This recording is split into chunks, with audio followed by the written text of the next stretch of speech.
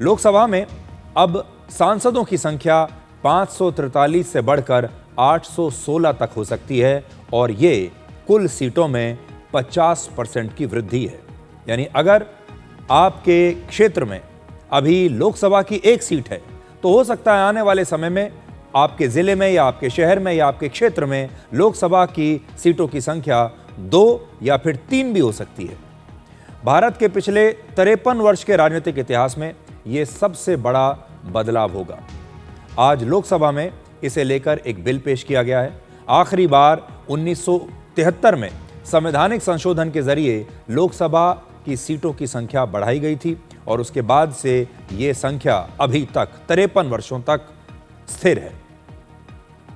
इस संशोधन के द्वारा लोकसभा सीटों की कुल संख्या को 525 से बढ़ाकर 545 कर दिया गया था। ये मैं आपको बात बता रहा हूं 1973 की, और तब से उतनी ही सीटें चलती जा रही हैं।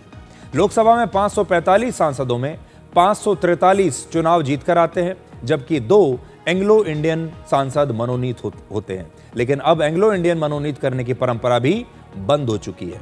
तो पिछले 53 वर्षों में देश की जनसंख्या 58 करोड़ से बढ़कर 146 करोड़ हो चुकी है, लेकिन लोकसभा सांसदों की संख्या वहीं के वहीं है। हम 58 करोड़ से 146 करोड़ हो गए, लेकिन लोकसभा की सीटें भी उतनी ही हैं और सांसदों की संख्या भी उतनी ही है। इस समय 22,29,000 लोगों पर औसतन एक सांसद है। अब अगर लोकसभा के कुल सांसदों की संख्या 816 होती है तो वर्ष 2011 की जनगणना के मुताबिक लगभग 14,82,000 लोगों पर एक सांसद होगा। अब अगर लोकसभा की सीटें बढ़ती हैं तो इसका असर सिर्फ संसद तक सीमित नहीं रहेगा, बल्कि देश के हर राज्य, हर केंद्र शासित प्रदेश और हर वोटर तक इसका असर पहुंचेगा। लेकिन इसका जो बेस होगा वो होगा 2011 की सेंसस, यानी 2011 की जो जनगणना हुई थी उसके डेटा के आधार पर अब सीटों की संख्या को बदला जाएगा, क्योंकि आखिरी बार हमारे देश में जनगणना 2011 में ही हुई थी और जो अगली जनगणना शुरू हुई है वो अभी शुरू हुई है, उसका नतीजा आने में अभी समय लगेगा।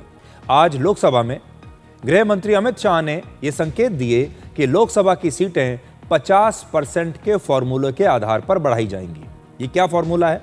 यानी हर राज्य में लोकसभा की सीटें उसकी कुल सीटों की 50% के हिसाब से बढ़ा दी जाएंगी। जैसे उत्तर प्रदेश में इस समय 80 लोकसभा सीटें हैं तो 50% बढ़ाकर अब ये 120 हो जाएंगी।